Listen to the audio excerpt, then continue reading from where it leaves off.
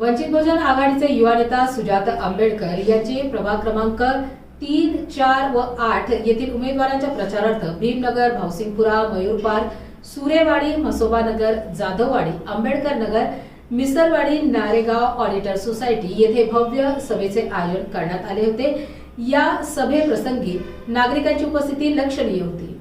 उपस्थित असलेले आपल्या सर्वांचे युथ आयकॉन सुजात आंबेडकर, संपूर्ण वंचित बहुजन आघाडीचे प्रभाग 3 आणि 4 चे उमेदवार आणि या ठिकाणी तमाम माता भगिनी बंधू भाऊ उपस्थित राहिले, त्याबद्दल आपल्या सर्वांचे आभार।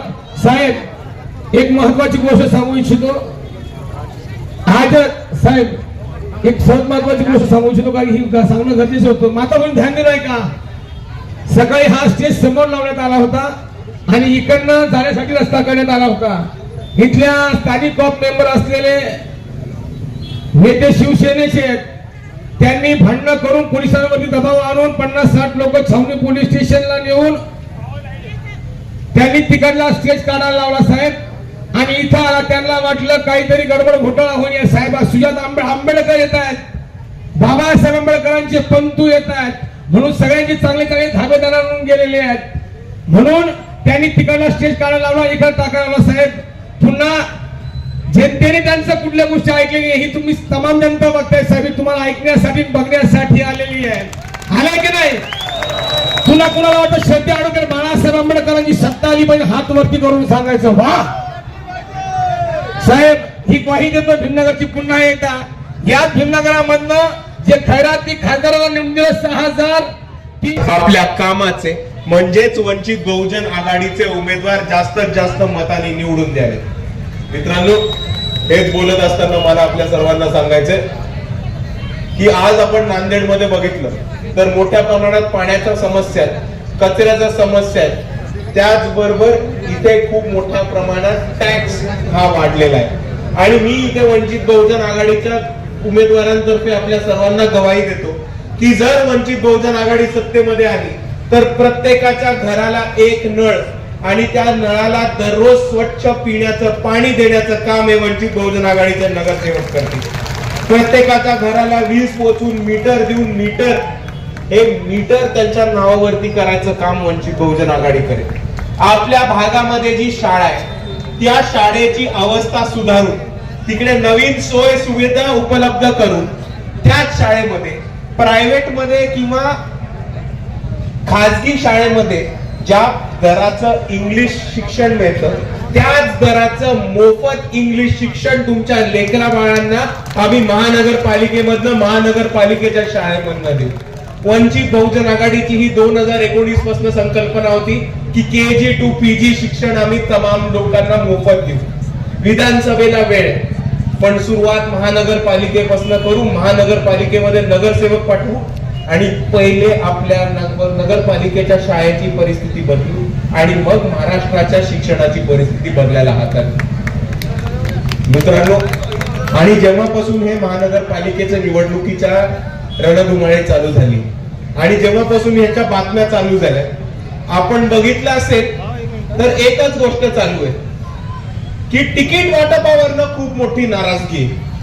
आपण YouTube बघाल, रील्स बघाल, मीडिया बघाल, सोशल मीडिया बघाल तर आपल्याला दिसतं की कोणतरी अजितदादाचा कार्यकर्ता कोपऱ्यात रुसून बसलाय कारण त्याला तिकीट नाही, कोणीतरी बीजेपीचा माणूस बीजेपीच्या गाड्या थांबवतोय कारण त्याला तिकीट नाही, कोणतरी बीजेपीचा माणूस स्वतःला गळफास लावून देतोय कारण त्याला तिकीट नाही मिळालंय। नाराज लोक पक्ष फोडतायत, पक्ष सोडतायत, एक दुसऱ्यांना शिव्यागाळ करतायत। एवढंच नाही तर तिकीट कापलं म्हणून औरंगाबाद मध्ये काल कोणाला तरी चोपून पण काढण्यात आलं होतं।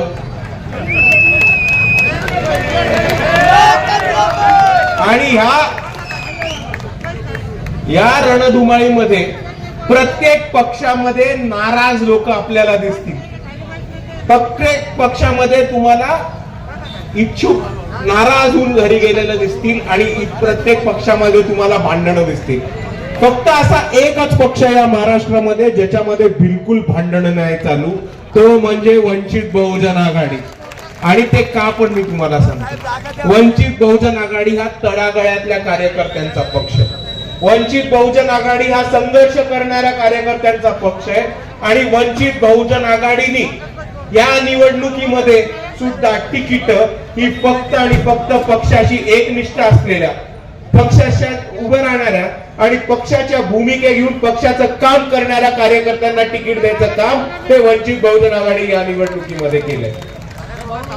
आपल्याला मी सांगतो की इथेच एक कोट्यवधी माणूस होता जो पक्षाला हवे तितके पैसे द्यायला तयार होता, हवी तितकी किंमत मोजायला तयार होता, पण बाळासाहेब म्हटले नाही, आमच्या पक्षाशी एकनिष्ठ एक शाहीर उभे आणि मी त्यांनाच तिकीट देणार आहे.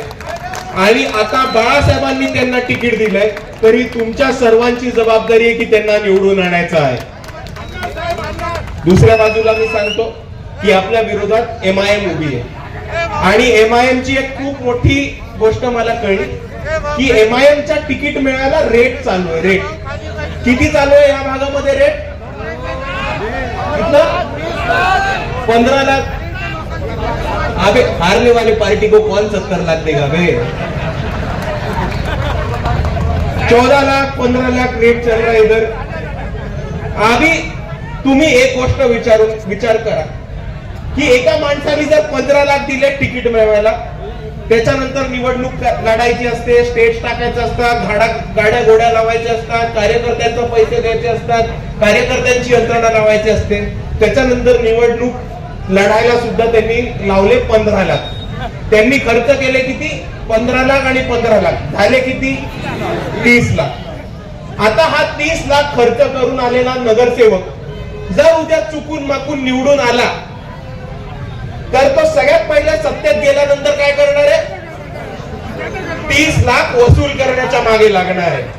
आणि म्हणून आपण समजून घ्या की जे पक्ष पैसे घेऊन तिकीट देतात त्यांचे नगरसेवक सत्तेमध्ये जाऊन पैसेच कमवण्याच्या मागे लागले असतात, कारण पुढच्या 5 वर्षामध्ये तो माणूस माझे 30 लाख कसे निघतील, माझे 30 लाख कसे मोजता येतील याच गणितामध्ये लागणार आहे. आणि जो माणूस त्याचे 30 लाख काढायचा प्रयत्न करतो तो तुमच्यासाठी काम करणार आहे का?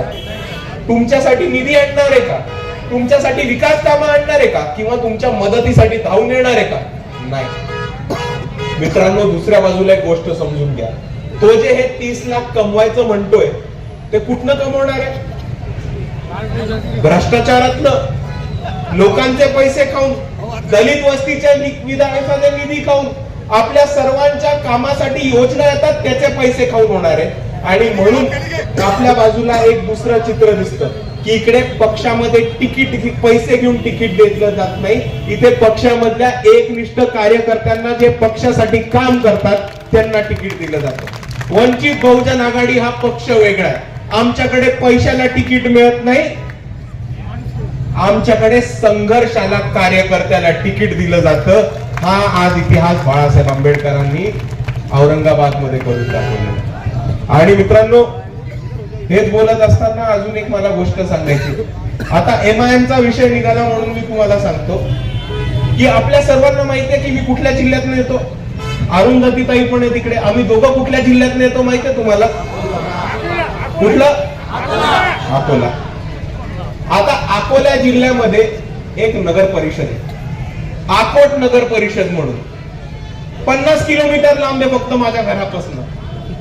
त्या आकोट नगर परिषदेमध्ये एक परवा अजुबात घडला, लय मोठा चमत्कार घडला की तिकडे MIM चे 5 नगरसेवक निवडून आलेले. किती? 5. आणि त्यांना सत्तेत जात होतं.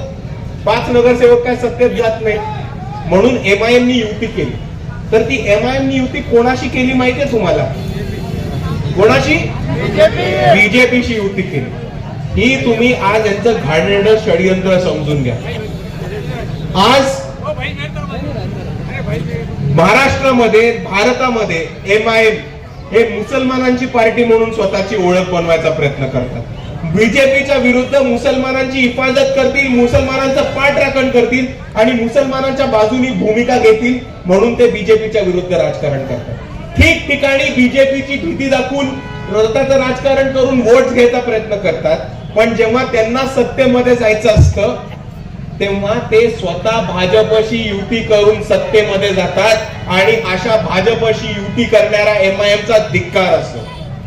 मित्रांनो, दुसऱ्या बाजूला एक गोष्ट समजून घ्या की MIM चं चिन्ह आहे पतंग.